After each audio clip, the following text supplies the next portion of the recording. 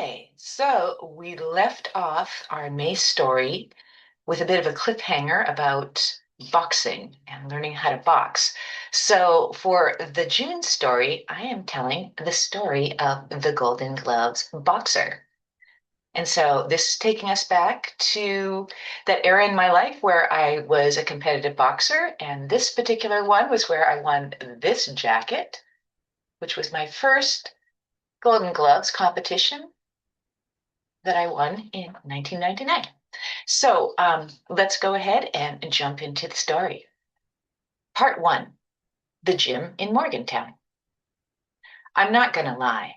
It didn't take long to feel homesick after moving to West Virginia in August 1991. Although I did visit Morgantown earlier that spring when I was visiting all the colleges where I'd been accepted, making my decision about which graduate school to attend, I probably should have spent more time researching what it would be like to live there before moving there. And moving from the US to Canada in the early 90s was a culture shock enough as it was, never mind how different Victoria, BC was from Morgantown, West Virginia. So understand these were the days before the internet was widely and publicly available. So doing research required a lot more than just consulting your phone. Okay. So many other factors played into my decision to move there as well. I just hadn't expected to feel so out of place there. And that never really changed the entire time that I lived there. In an attempt to bring some normalcy into my life, I decided to go check out the Gold's Gym that I saw when I walked past my basement apartment in Westover to Ogle Bay Hall, where the psych department is located at WVU. I was delighted to discover that they had two exercise studios and regularly scheduled group fitness classes, including step aerobics, which I had recently started teaching several months before moving to the United States. So I checked out a step class, which happened to be taught that day by Julie, who also happened to be the assistant group fitness director at that gym. The way I moved in class caught her attention, and she asked me to stay after class to talk with her.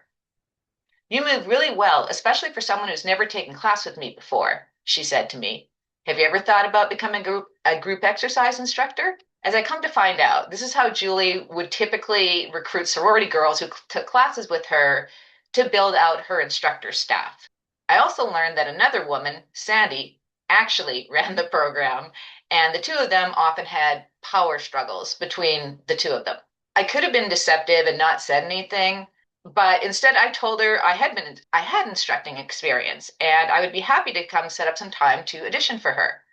She then asked me if I'd be willing to teach a combo or two in the next class she was teaching, just after the class she had just taught, since Sandy would be attending that class to get her own workout in that day. I'd done plenty of team teaching prior to that, so I agreed and stuck around for the next class.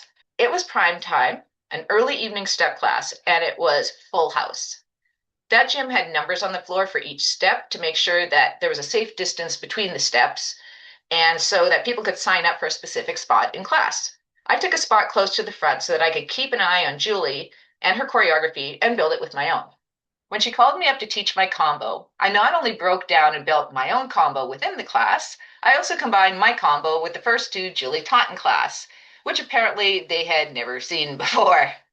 I ended up teaching the rest of the cardio section and the cardio cool down, with Julie taking lead for some quick core work and a final stretch at the end of class. After class, Sandy immediately ushers me into her office with Julie right behind us. Where did you learn how to teach like that? Julie asked me. Oh, that's just how I teach, I said back to her. I'm from Canada. I just moved here for graduate school.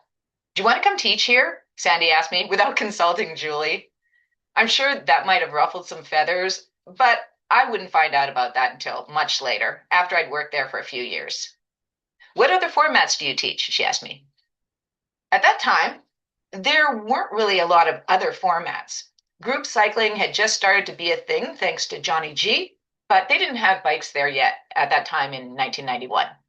I did mention my background teaching yoga and teaching high-low aerobics and strength training classes, but that I was interested in looking at other formats that might interest men and maybe get more men into the group fitness studios. That sealed the deal. I was hired on the spot. What was interesting was when I started teaching my signature One Step Beyond class there, which combines step aerobics and floor aerobics, very much like how I teach step to this very day, more men actually started coming to class. It wasn't unusual for me to have anywhere from a third of half of my step classes being men, compared to maybe 10% in other people's classes, including classes taught by other men. And my yoga classes were very similarly attended by both men and women. And so that inspired me to see if I could potentially get to where my class participants were majority or even exclusively men. I asked the men who took my classes what other classes they might want to take. And while they enjoyed the choreography, they also were interested in classes that were just as athletic, but maybe less dance inspired. I also asked men in the weight room what would bring them into the exercise studio to take classes. And I heard the same thing, something more athletic, more sports oriented. And I thought to myself, what kind of athletic conditioning can lend itself well to a group fitness format?